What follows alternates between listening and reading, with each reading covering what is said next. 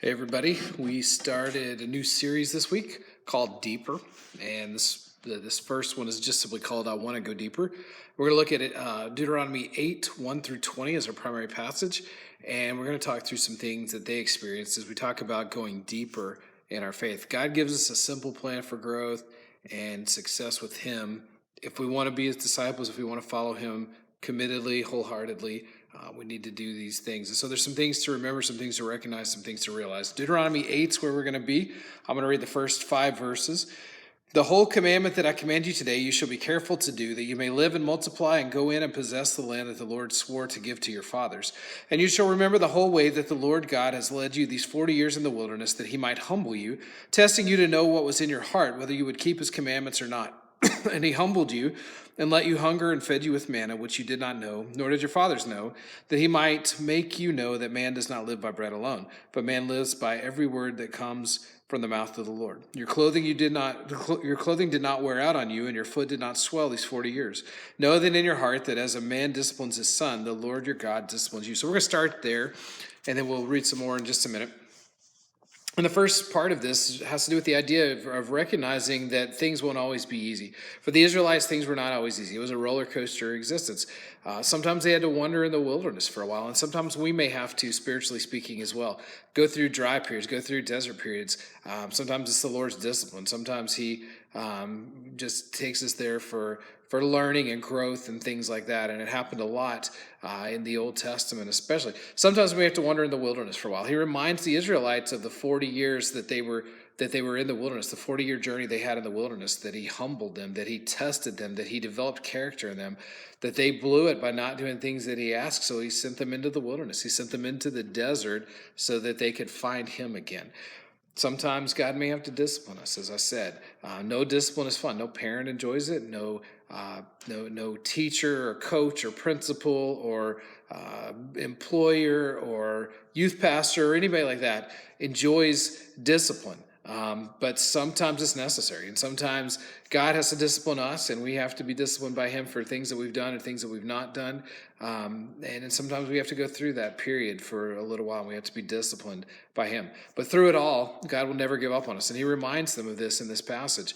He let them go hungry, then provided to show that He's a great commander, or great provider. It taught them to depend on things that they needed, things that they wanted, things that they thought they had to have. He also clothed them. He provided for their health needs. He took care of them. He never gave up on them. He wasn't always happy with them, but He never gave up on them, even when He was punishing them, even when they were not doing things the way that they needed to do. He's teaching them. He's providing for them. He's still taking care of them. He's not giving up on them. The second thing that I want us to talk about is to realize that obedience is necessary for productivity and godliness. Verse 1, which I read, says, the whole commandment I command you today, you shall be careful to do, that you may live and multiply and go in and possess the land the Lord swore to give your fathers. And then 6 through 10, so you shall keep the commandments of the Lord your God by walking in His ways and by fearing Him. For the Lord your God is bringing you into a good land, a land of brooks of water, of fountains and springs, flowing out in the valleys and hills, a land of wheat and barley, of vines and fig trees and pomegranates, a land of olive trees and honey, a land in which you will eat bread without scarcity, in which you will lack nothing, a land whose stones are iron, and out of whose hills you can dig copper. And you shall eat and be full, and you shall bless the Lord your God for the good land that He has given you. So what is obedience? Well, I learned a definition years ago, and I know my wife did as well through this group that came into each of our churches separately. Obedience is doing what you're supposed to do, when you're supposed to do it, and with the right heart attitude. And it takes all 3 parts of that. If it's just one of those or just 2 of those, it's not full-fledged obedience. All 3 of them matter. It's not real obedience if it's not done with the right heart attitude. It's not done when you're supposed to do it. If it's not done, if you don't do what you're supposed to do. In fact, delayed obedience is disobedience. There's a story I ran across years ago where there was an Israeli raid to save hostages, and they spoke using Hebrew, saying something that the captors would not have understood, but 3 of the 106 hostages died because they didn't obey to get down immediately. They didn't do what they had heard, what they'd been told to do. They didn't do it immediately. It's doing what you're supposed to do when you're supposed to do it with the right heart attitude. It's walking in God's ways and revering Him. Now, we have to know God's ways to be able to walk in them. We have to know what He says. So we have to spend time with Him and know His word and know His commands. They're not meant to prevent life. They're meant to maximize it. They're not meant to take away our fun. They're meant to give us the best life that we can have. then we have to do what we know to do. It's not enough to just know what to do, but we have to actually do it. If we do the do's, we don't have to worry about the don'ts. If we spend enough time doing what we know we're supposed to do, we don't have to worry about what we're not supposed to do. To fear God is to know him, to respect him, not to be afraid of him. It's a constant awareness of who he is. And obedience is walking in his ways, knowing what he says and doing it, and then doing it out of respect and reverence and fear of him. It's also what brings the life that God desires for us. Verse 9 says, nothing is lacking. He provides for us to live as we're meant to live. 2 Peter 1:3 says his divine power has given us everything we need for life and godliness. Philippians 4:19 says he will meet all our needs according to his plan. Deuteronomy 30:19 and 20, just a few chapters over here, says choosing to obey is choosing life, choosing not to obey, choosing to disobey is choosing death. We show obedience by putting it into action. We show faith by putting it into action, by doing what we say we believe. It's like an airplane engineer who creates the airplane but won't fly in the plane until it's been flown for a while. We need to show that we actually believe in what we're saying, what we're doing. Obedience also brings God the attention and the glory. There's a phrase used in ancient times, soli Deo gloria. It means to God alone be the glory. Psalm 115:1 says, not to us, O Lord, but to your name be the glory. True obedience recognizes he's who's provided for us, and he's the one who gets the glory. He gets the attention, not us. We show our love by obeying. We show our love by becoming more and more like him. So that's the second part of this. The third part is to remember what God did to get you where you are today. 11 through 18, take care lest you forget the Lord your God by not keeping his commandments, his rules, and statutes which I command you. Lest when you have eaten and are full and have built good houses and live in them, and when your herds and flocks multiply and your silver and gold is multiplied and all that you have is multiplied, then your heart be lifted up and you forget the Lord your God who brought you out of the land of Egypt, out of the house of slavery, who led you through the great terrifying wilderness, its fiery serpents and scorpions, at thirsty ground where there was no water, who brought you water out of the flinty rock, who fed you in the wilderness with manna that your fathers did not know, that he might humble you and test you, to do you good in the end. Beware lest you say in your heart, my power and the might of my hand has gotten me this wealth.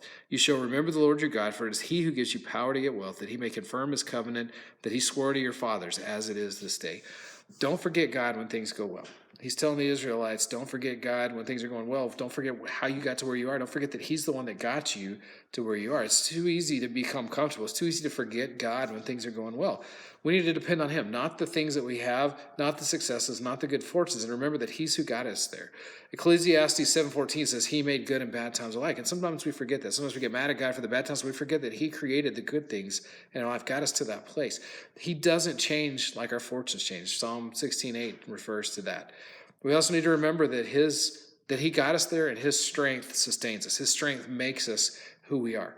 He protected them. He provided for them. He took care of them. And he does the same for us. And we can look back in our lives and see times where he's done this for us, ways that he's brought us through, times that he's done for us what we couldn't do for ourselves, provided for us, protected us, and got us to where we are.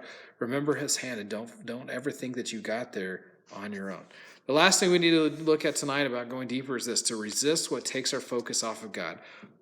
Chapter 8, verse 19 and 20. If you forget the Lord your God and go after other gods and serve them and worship them, I solemnly warn you today that you shall surely perish. Like the nations that the Lord makes to perish before you, so shall you perish, because you would not obey the voice of the Lord your God. Stay on the straight path. He reminds them to stay on the straight path, to be laser focused on him. Modern day idols are anything that takes our eyes off of him. We talked about this whole semester in our previous series. Anything that replaces God, and that's what threatens to take us off the path of righteousness and take us away from God. 1 Chronicles 28:9 says, if you seek him, he will be found by you, but if you forsake him, he will reject you forever. Keep your focus on him, and then know that disobedience brings consequences and destruction. A lot of times we forget that. We're like, oh, I just messed up. But there's consequences to that, and it can lead to destruction. Turning your back on God can be like a death sentence. It says in this passage, you will certainly be destroyed. Does that mean that the first time you disobey, you're going to be squashed and destroyed? Not necessarily, but it could happen that way. And it will lead you down a path that will ultimately get to that point. It does mean that disobedience, continued disobedience, leads us down a path of destruction. Physically, spiritually, emotionally, mentally, all of these things. We may not physically die, but we could. But it becomes like a death sentence in our life if we disobey God. So know that disobedience brings consequences and destruction. So let's ask ourselves, as we go through these 5 weeks starting tonight, do you want to go deeper with God or just stay with you are? Stay where you are? Are you comfortable or do you want more with him? The Bible says clearly that God says lukewarm living disgusts him. We don't want to disgust him, I assume. Are you willing to step out in faith and do what it takes to go deeper, to be radical for him? Shouldn't even be that radical, but if others aren't doing it, it seems radical a lot of times. Will we live the life that we're called to live, the life that he has for us, or will we just live the easy, comfortable, convenient life? Stay stagnant or go deeper? it pushes us. It takes risk. It requires sacrifice. It takes movement. It takes consistency. It takes commitment. Will we try him and find him worth it and commit to him and never settle and go deeper? That's what he wants from us. Starting today, starting here, starting now. Go all in. Try him, find him worth it, commit to him, never settle, seek him more, go deeper with him.